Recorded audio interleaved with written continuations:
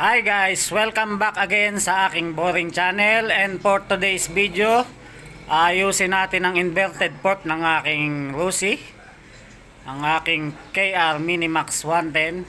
Kasi nga guys, yung inverted port ng dirt bike ko na to is wala na siyang langis sa loob, no? Kaya lagi na lang siya nakabagsak. So para hindi na tayo maputulan ng spring sa loob, kasi katagalan pag walang langis ang shock ng motor is napuputol yung spring, no? So bago pa mangyari yun, ayusin na natin yan. Papalitan natin siya ng oil seal, tapos papalitan din siya natin ng pork oil. Guys, napakadali lang namang ayusin yan, ano? Ang una nating tatanggalin is luluwagan lang natin pala itong mga tornilyo na to. Tapos tatanggalin natin tong pork guard, tapos yung gulong kabila, tanggalin natin yan, dinugutin natin, tapos yun na, pwede na natin baklasin yung shock na yan. So guys, umpisahan na natin, no? Para matapos tayo ng maaga. Just do it!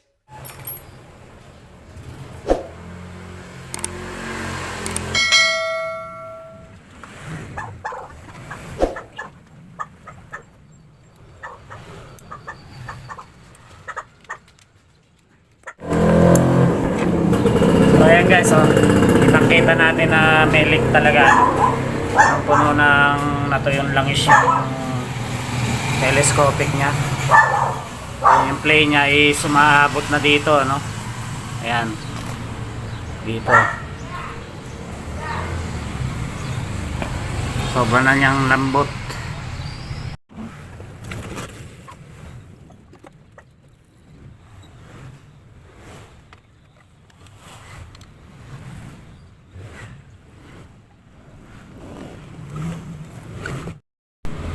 So guys, ito na nga i-shock natin, oh. Palagay ko may mas matinding sira pa to sa loob. Kasi tingnan nyo, walang kapersa-persa yan, na pe-press ko siya, oh. Malamang naputol yung spring nito sa loob. Kasalanan mo yan eh.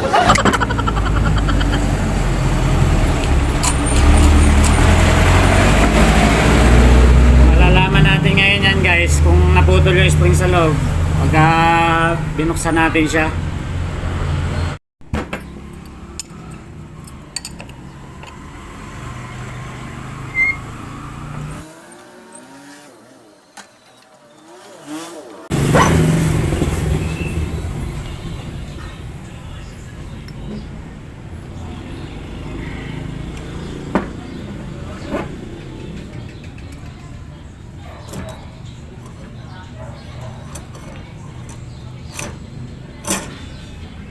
So yun guys, kaya pala siya bagsak na bagsak is lumuwag pala tong tornilyo na to, ano?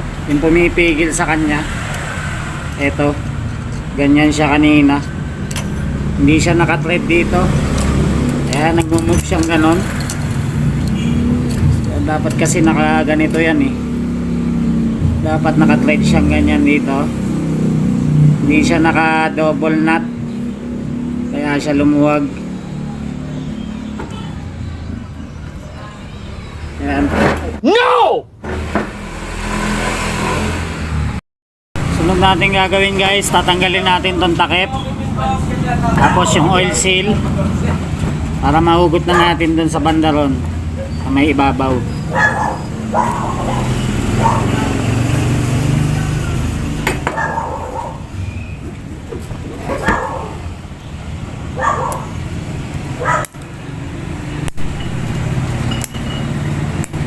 Tanggalin natin yung lock.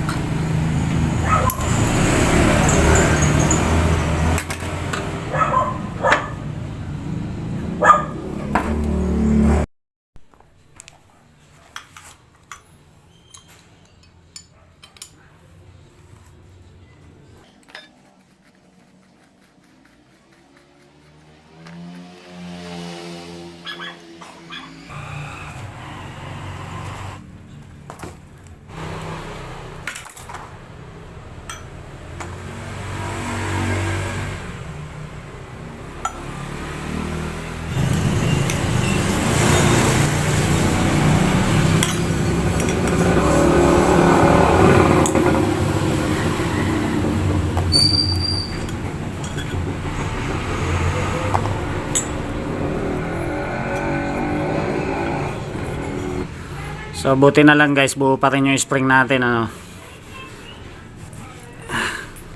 Medyo maliit lang gagastusin natin dito. Bibili lang tayong bagong oil seal plus pork oil.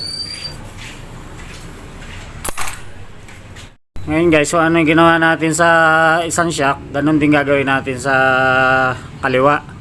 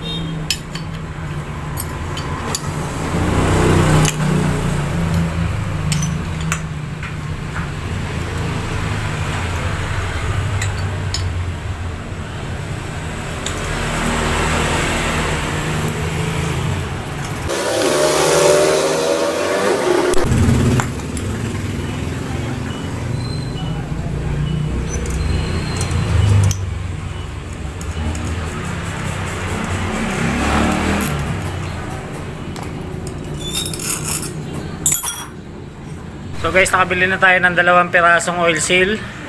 Pipicturean na lang natin, no, para susunod na bili natin is alam natin ang sukat. Meron kasi itong number eh. Ayan, kung nakikita nyo yung maliliit na yan, number yan. Malaki rin, nagulat din ako pa. Oh, malaki. May kasya dito. Kasi kung kasi taas naman dito to, ang sarap. Sige po.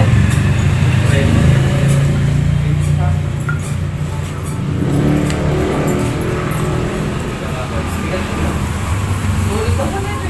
Sulit yung stansonet. Ay, sulit yung panete. Yung asero sa loob. Oo. Kaya mabigat to eh. I-charge ko. Isang motor mo lang, i-charge sila habang umaandar yung motor mo. May charger na yung motor na yan. Alalaman mo yan eh, yan muna ang isalang mo. Tapos paandarin mo yung motor mo.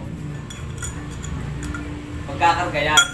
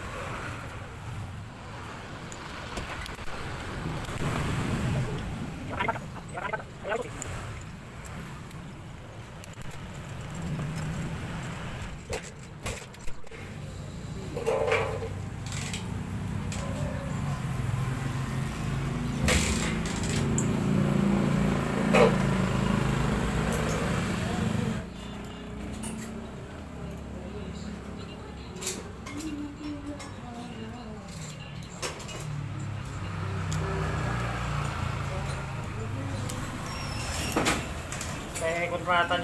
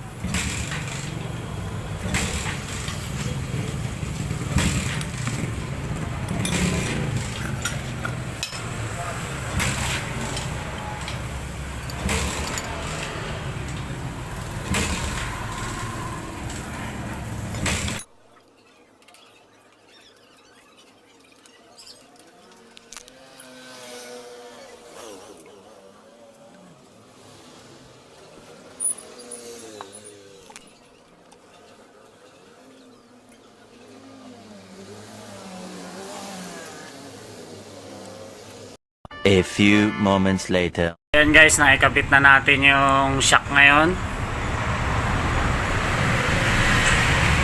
Medyo tumindig na siya ng maganda. So ito dati guys, nung hindi pa natin ginagawa is nandito yan, no? Nakalubog yan. Ngayon is dito na siya nakatapat ulit. Yan talaga ang standard niya na height.